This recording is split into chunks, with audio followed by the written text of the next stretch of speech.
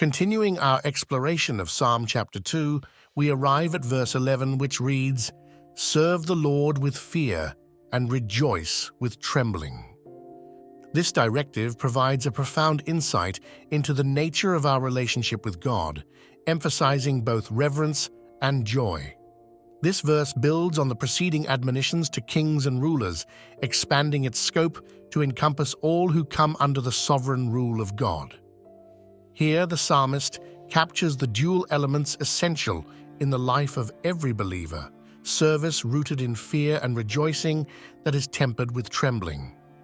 To serve the Lord with fear encompasses more than mere terror or dread. It speaks to a profound respect and awe for the majesty and holiness of God. It reflects an attitude of deep veneration that acknowledges His power and justice, as well as His mercy and love.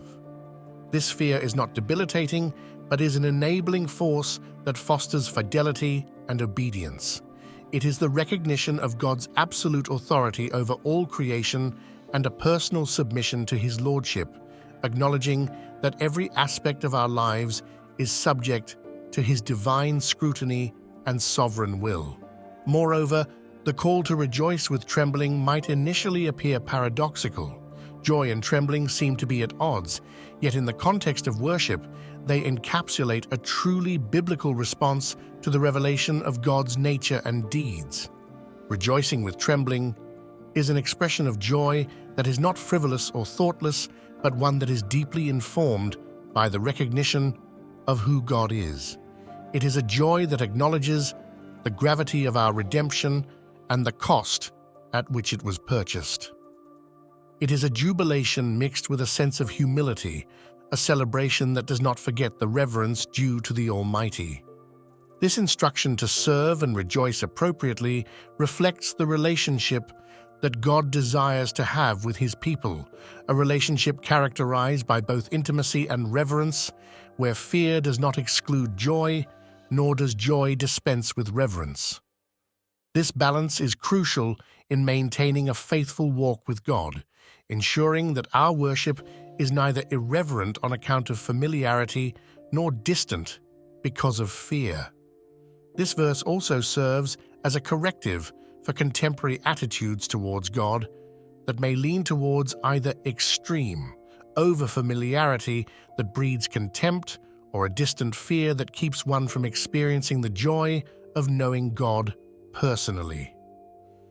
The psalmist here captures the essence of true biblical worship, where fear and joy are not competitors, but complements that together shape a holistic approach to serving God. For those in leadership, this verse serves as a reminder that their governance should mirror this balance in their spiritual walk. Leaders are to govern with a sense of accountability to God, conducting their duties with the seriousness they warrant, while also embracing the joy that comes from serving according to God's will. They are called to lead in a manner that reflects the character of God, His justice, mercy, and love, promoting societal structures that reflect divine principles and contribute to the flourishing of those they lead. For individual believers, this verse encourages a personal examination of one's relationship with God. It challenges believers to assess whether their service to God is characterized by the appropriate balance of fear and joy.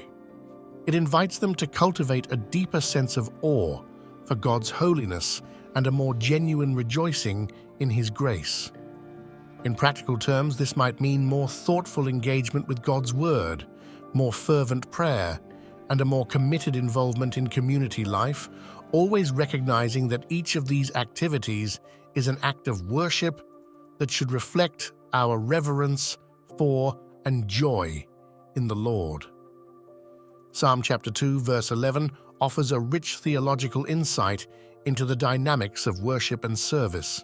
It calls believers to a high standard of devotion marked by a reverence that is informed by a correct understanding of God's nature and acts, and a joy that is deep and genuine. This verse challenges us to reflect on our attitude towards God, encouraging us to cultivate a relationship with Him that is marked by both awe and delight. As we continue to explore the richness of this psalm, let us strive to embody these principles in our daily lives, serving the Lord with fear and rejoicing with trembling, thereby fulfilling our calling as His people.